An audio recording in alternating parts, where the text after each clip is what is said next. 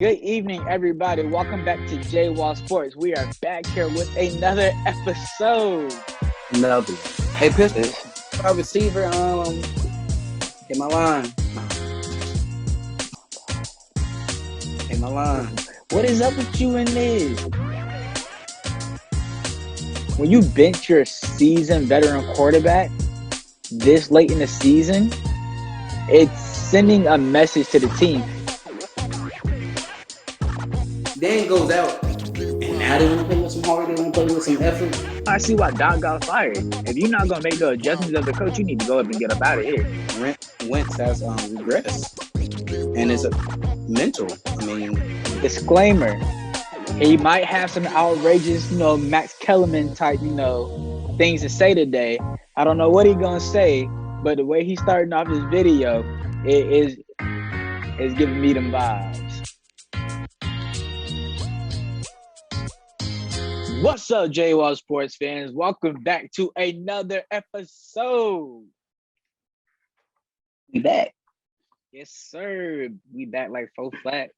Like, wait. I messed it up. We go way back like 4 flats in the Cadillac. There we go. I fixed it. Yes, sir.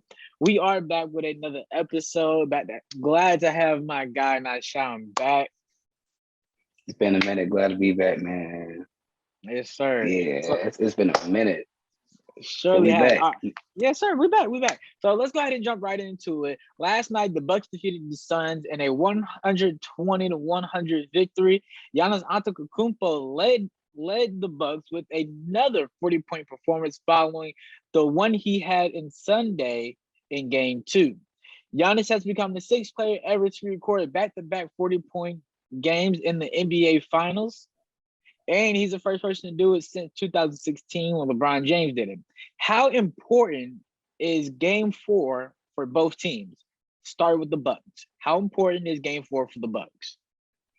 It's very important. I know Game 3 that's going to come out with a lot of energy, and they wanted to have a chance in this series and needed to win Game 3. But Game 4 is just as important because if you lose the next game, it's really hard to win 3 straight games in the NBA Finals against a team that's well prepared for you. So Game 3 is almost as important as Game 4, and they want to get it done. They have to win it tonight and go back, tie it up. Very important.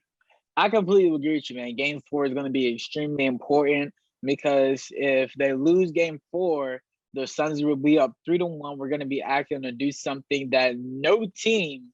Well, not no team, but only one team in the history of the NBA has ever done, and that's come back from a 3-1 deficit in the NBA Finals. I mean, I feel like if the Bucks take this, tie the series up, they will be able to regain some momentum in the series instead of letting the Suns have all that momentum going up 3-1, knowing you only need to win one game. All right, so. Yeah, so switching to the Suns, how important is it for the Suns to win Game 4? Very important too for them because it gives you just one more game closer to being champions. And like you said, it can be a huge momentum swing for the Suns if they're able to distill one. That's always the key for any road team in the playoffs. Always try to steal at least one game at home. On the road. So if they can do that, it's a great confidence boost, especially coming off a tough defeat by 20 in the last game. So if they're able to steal one, it can change the whole swing of the series. And like you said, only one team in NBA history has come up from 3-1 deficit. So right.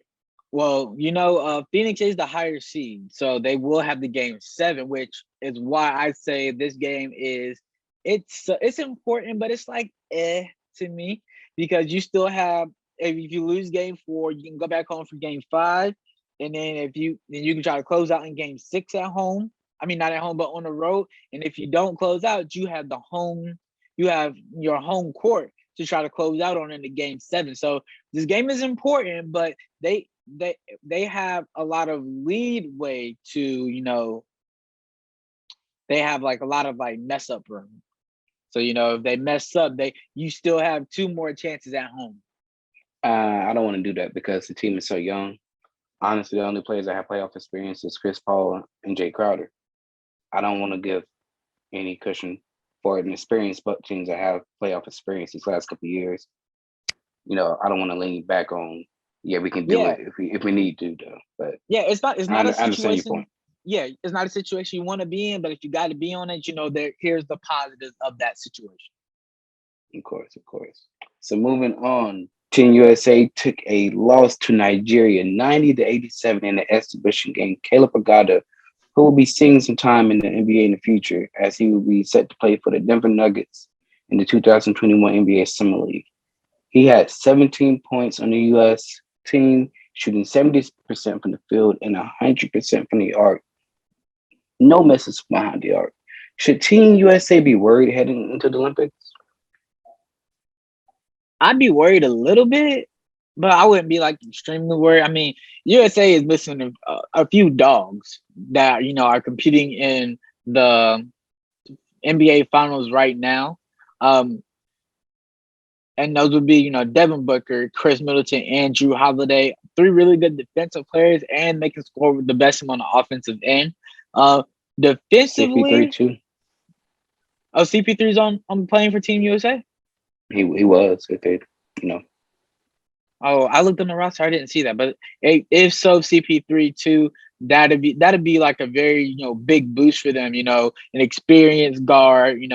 Players just coming off a finals game, so they're coming off competitive, high level basketball that is different from anywhere else in the world. And then Bradley Beal, he only had 2 points. I'm gonna need him to step it up. And lastly, defensively for Nigeria, when they were in the offense, they were just having their way with, everybody, especially in that fourth quarter, in the way they were just making shots and controlling the pace. Like you said, I'm not really worried, but it's just like, all right, now we gotta get our stuff together. But like you said, they're missing a couple of dogs. You don't have all the top players that usually would be in the Olympics. But these are still some superstar caliber, all-star caliber players that can get the job done. It was kind of an eye-opener to see, like, all right, this is where we at, what we needed to improve on. And also you got to think these players, I think they didn't start till like late June practicing and working out. So it's all right. It's an exhibition game. It gives you a chance to see what you need to improve on before this. But I won't be too worried. And plus, once they get the chemistry down, they should be good, but not All right. worried. But it will be a little bit harder, I believe. All right. Extra right here. I'm looking at the score right now. USA is currently playing against Australia, and they are down 83-88 with 17 seconds left. How do you feel about that right there? Oof. Yeah, that's tough. Now I'm a little worried. Yeah, I think that changes the context of this so much. Just to give you a little scoring breakdown, Patty Mills has 22. Joe Ingles for the Utah Jazz, he has 15 at the moment. Matisse Thybulle, he's over there. He has 12. So some really well-rounded scoring from them from Australia. But Wow, yeah. that's interesting. And just this in, the game has ended. Final score 83-91, Australia. Wow. Dame Lillard had 22. Kevin Durant had 17. Bradley Beal had 12. We were just talking about him. And then after that, nobody else had more than 10 points. Wow. Ooh.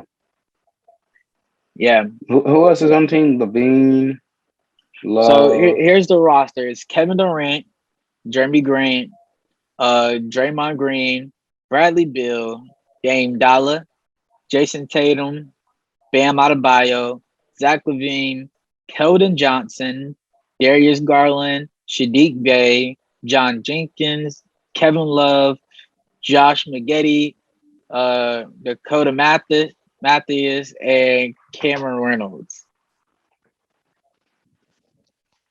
Did you just bring people from the gym? Like I ain't never heard of them last five.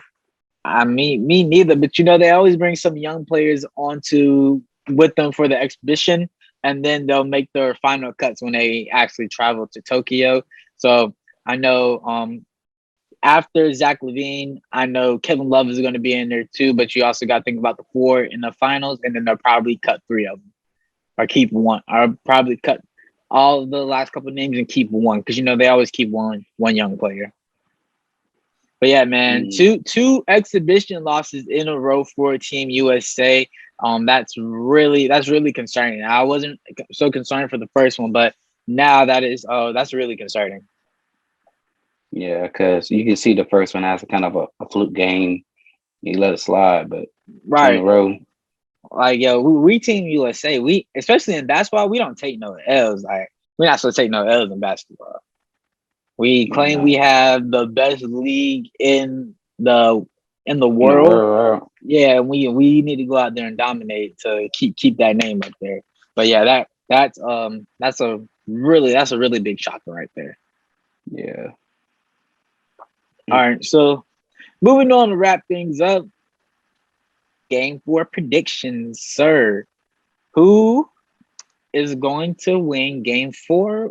Are you gonna go with the Bucks tying it up at 2-2? Or are you gonna go with the Suns going up 3-1?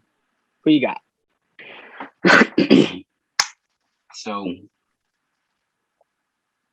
my original thing is Suns in 7, and I think I'm gonna go the route that you talked about earlier, going back home, Game 7 to kind of pull it off. So I got the Bucks tonight. I think that playoff experience will come through again. 'Cause in Game 3, you kind of see how young that Suns teams were. They was been on a high the whole playoff, so it was kind of I won't say a downfall, but an eye opening. Like, all right, we're really in the playoffs with the whoop. But I think the Bucks will have an answer because the Suns gonna come out swinging, and that playoff experience will come through again, and they'll find a way to get the job done and even the series up. Come back to Yeah, Phoenix. I disagree with you, man. This was probably one of the worst games that we've seen the Suns play in this series. Most likely one of the worst games that we've seen Devin Booker plays. He only had 10 points, 3 of 14 shooting from the field, 1 of 7 from the three. I don't think we'll see that kind of a performance 2 games in Oh a row. no. Yeah, and then Frank Kaminsky, I think he'll be a lot calmer in Game 4. In Game 3 he looked like a deer, looking at the headlights. He didn't really know. The moment was just I think the moment was just too big for him. Chill, man. And now this thing because the Bucks thing is fear the deer. So you said a deer stuck the Oh, headlight. So and I didn't even know I was doing it. But yeah, everybody played how they usually would besides Devin Booker. I mean, Jay Crowder, he had 18 points. DeAndre Ayton, he had 18 points. Chris Paul had 19 points. Cam Johnson had 14 points. He replaces that Cameron Payne. He usually has that campaign 14. need to step up. Yeah. I mean, he didn't play very well last night. So I think, if Cameron Payne can play well in Game 4 along with Cam Johnson and Devin Booker, I think they'll be able to get the win.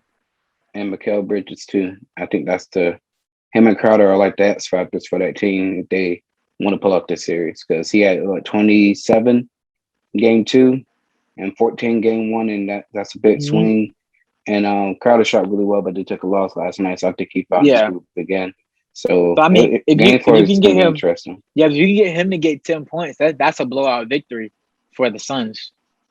because he had 1 point Game 1, and they still won. Yeah, So it's kind of hard to judge off that, but yeah, I understand. I see where you're coming from.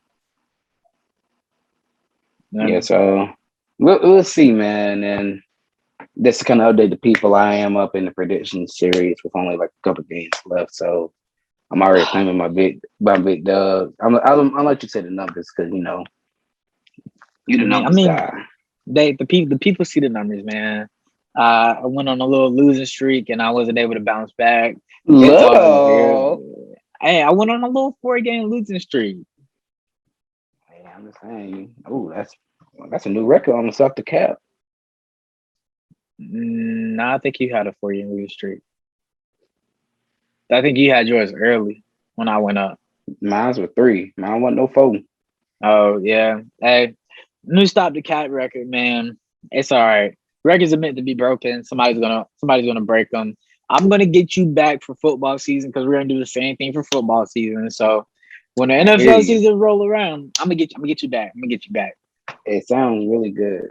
It It really sounds do. great. It sounds great. It sounds great, and it's gonna be great because I'm great. Because Simple as we're that. great. And this show is great. Oh yeah, you Ooh. know, bars. Yes, sir. Yes, sir.